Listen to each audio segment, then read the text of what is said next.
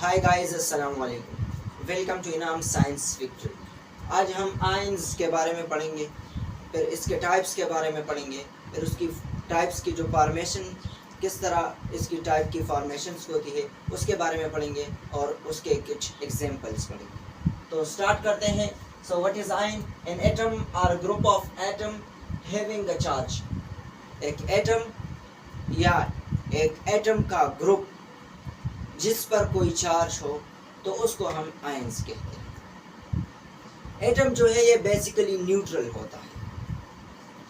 इसका मतलब ये है कि एटम में जो नंबर ऑफ प्रोटॉन होते हैं और नंबर ऑफ इलेक्ट्रॉन जो होते हैं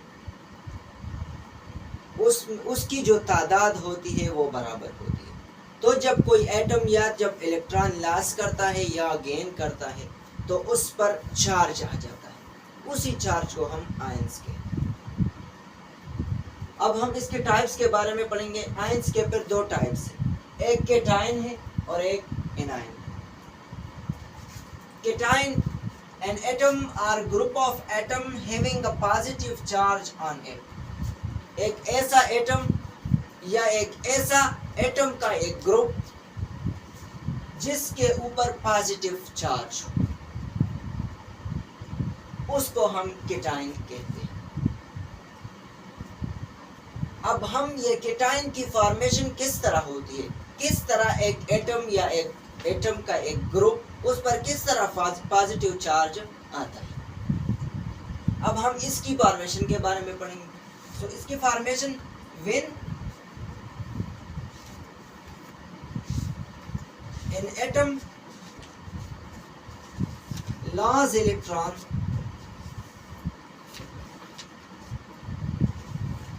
charge appear on it, which is called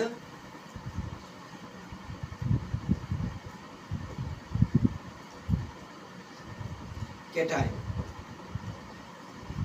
जब कोई एटम इलेक्ट्रॉन लॉस करता है तो उसके ऊपर चार्ज आ जाता है, उसी को हम केटाइन कहते हैं। फॉर एग्जाम्पल, हमारे पास एक एलिमेंट है या एक सोडियम हमारे पास है। सोडियम में लास्ट शेल में एक इलेक्ट्रॉन होता है। इसकी इलेक्ट्रॉनिक कन्फिगरेशन अगर हम करें तो इसमें फर्स्ट शेल में 2 इलेक्ट्रॉन आते हैं, सेकंड शेल में 1 और लास्ट शेल में 1 इलेक्ट्रॉन आता है। ये हमारे पास सोडियम, इसके जो फर्स्ट शेल है उसमें 2 इलेक्ट्रॉन है, जो सेकंड शेल है उसमें 8 इलेक्ट्रॉन है, और इसी तरह जो थर्ड शेल है उसमें 1 इलेक्ट्रॉन है। तो ये जो सोडियम है, ये इसका जो लास्ट शेल में जो ये 1 इलेक्ट्रॉन है, ये इसी 1 इलेक्ट्रॉन को लॉस करता है। ये बात अपने ज़हन में रखें कि जिसके एक एटम है जिसके लास्ट शेल में 1, 2 या 3 इलेक्ट्रॉन है, तो वो हमेशा के लिए वो इलेक्ट्रॉन लॉस करता है। और एक ऐसा एटम जिसके लास्ट शेल में 7, 6 या 5 इलेक्ट्रॉन होते हैं, तो उसमें ये कैपेबिलिटी होती है कि वो इलेक्ट्रॉन को गेन करे। तो सोडियम के लास्ट शेल में 1 इलेक्ट्रॉन है, ये इसी 1 इलेक्ट्रॉन को लॉस करता है और ये इलेक्ट्रॉन किसी दूसरे एटम को दे देता है। तो जब ये इस 1 इलेक्ट्रॉन को लॉस करता है तो इसके लास्ट शेल में 8 इलेक्ट्रॉन आ जाते हैं। इसमें एक क्वेश्चन है कि ये एटम इलेक्ट्रॉन लॉस क्यों करते हैं? ये इसीलिए करते हैं कि ये जो हमारे पास सोडियम जो एटम है, इसमें लास्ट शेल में 1 इलेक्ट्रॉन होता है और ये इंतहाई अनस्टेबल होता है। तो स्टेबिलिटी गेन करने के लिए ये इसी 1 इलेक्ट्रॉन को लॉस करता है, जिसकी वजह से इसके आखिरी शेल में 8 इलेक्ट्रॉन कम रह जाते हैं और ये स्टेबल हो जाते हैं। अब ये फॉर्मेशन किस तरह होती है, हम एग्जाम्पल से आपको समझाते हैं। हमने एग्जाम्पल लिया हुआ है लिथियम का। हमारे पास एक एटम है लिथियम। लिथियम में कि आखिरी शेल में एक इलेक्ट्रॉन है, जब ये उसी एक इलेक्ट्रॉन को लॉस करता है तो इस पे +1 चार्ज आ जाता है।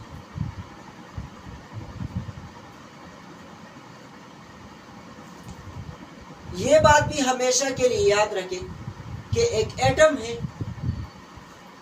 वो जितने इलेक्ट्रॉन लॉस करेगा उस पे उतना ही चार्ज आएगा। फॉर एग्जांपल हमारे पास लिथियम है, तो इसने एक इलेक्ट्रॉन लॉस किया है तो इस पे +1 चार्ज आएगा। इसी तरह हमारे पास कैल्शियम है, कैल्शियम के लास्ट शेल में 2 इलेक्ट्रॉन होंगे, तो स्टेबिलिटी गेन करने के लिए इस 2 इलेक्ट्रॉन को किसी और एटम को देगा। जब ये 2 इलेक्ट्रॉन को लॉस करेगा तो कैल्शियम पे +2 चार्ज आएगा।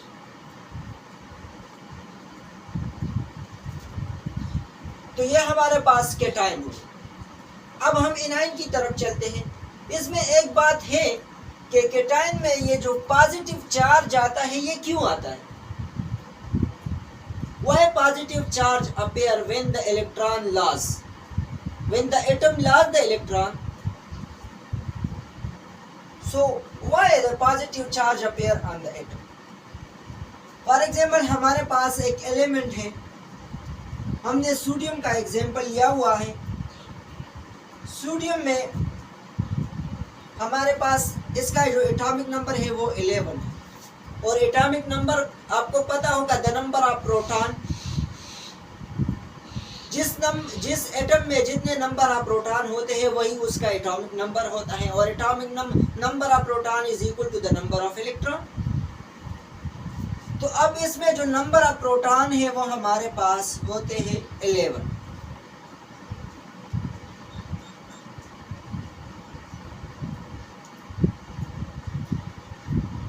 और इलेक्ट्रॉन जो होते हैं वो भी 11 होते हैं, क्योंकि आपको पता है कि इसमें नंबर ऑफ प्रोटॉन जो होते हैं, number of proton is equal to the number of electron. तो जब ये इसी एक इलेक्ट्रॉन को लॉस करता है तो 11 में से इसमें 10 इलेक्ट्रॉन रह जाते हैं, और प्रोटॉन वही के वही। इसी वजह से, और आपको पता है कि प्रोटॉन पे पॉजिटिव चार्ज होता है और इलेक्ट्रॉन पे नेगेटिव चार्ज होता है, इसी वजह से इस पे पॉजिटिव चार्ज अपीयर। अब हम एनायन की तरफ जाएं। Anion in atom or group of atom having a negative charge on it. एक ऐसा एटम या एक ऐसा एटम का एक ग्रुप जिसके ऊपर नेगेटिव चार्ज हो, उसको हम एनायन कहते हैं। अब इसकी फॉर्मेशन किस तरह होती है? When an atom gain electron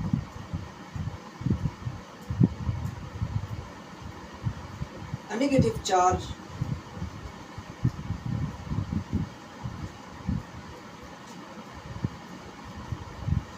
appear on it, which is called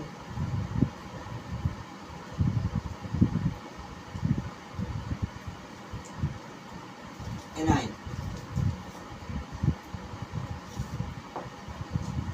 हमारे पास जब कोई एटम या एक ग्रुप ऑफ एटम इलेक्ट्रॉन को गेन करता है तो उस पर नेगेटिव चार्ज आता है और उसको हम एनायन कहते हैं। और मैंने आपको बता भी दिया कि हमारे पास एक ऐसा एटम जिसके लास्ट शेल में 7, 6 या 5 इलेक्ट्रॉन होते हैं, तो वो उसमें यह कैपेबिलिटी होती है, या वो हमेशा के लिए इलेक्ट्रॉन को गेन करते हैं, उसमें इलेक्ट्रॉन गेन करने की सलाहियत होती है। तो इसके हमारे पास, हम इसका एग्जांपल लेते हैं, हमारे पास क्लोरीन है। क्लोरीन पे हमेशा -1 चार्ज होता है, नेगेटिव चार्ज होता है। अब हमारे पास क्लोरीन में के लास्ट शेल में 17 इलेक्ट्रॉन होते हैं,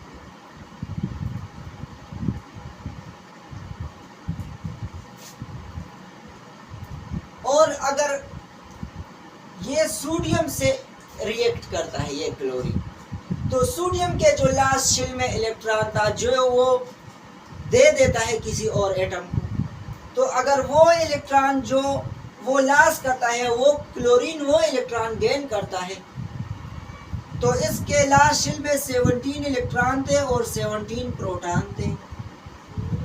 तो उसने वही इलेक्ट्रॉन गेन की, तो इसके लास्ट शेल में कितने इलेक्ट्रॉन आ गए? 18 इलेक्ट्रॉन आ गए। तो इसी वजह से इस पे नेगेटिव चार्ज अपेयर होता है।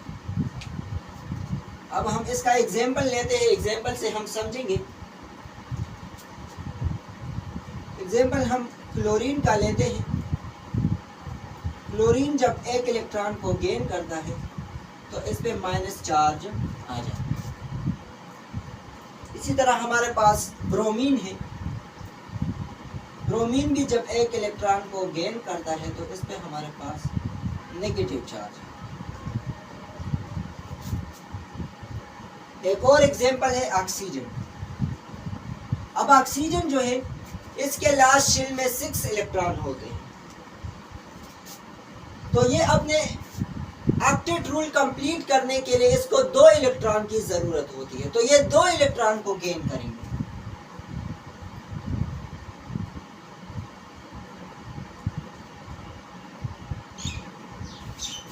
तो इस पे -2 चार्ज आएगा।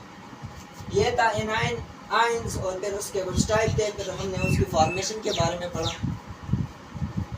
इस तरह का कोई क्वेश्चन भी आ सकता है पेपर में कि व्हाट इज आयन, या टाइप्स ऑफ आयन के बारे में भी आ सकता है कि differentiate between cation and anion, या इस तरह भी आ सकता है कि differentiate between atom and ions.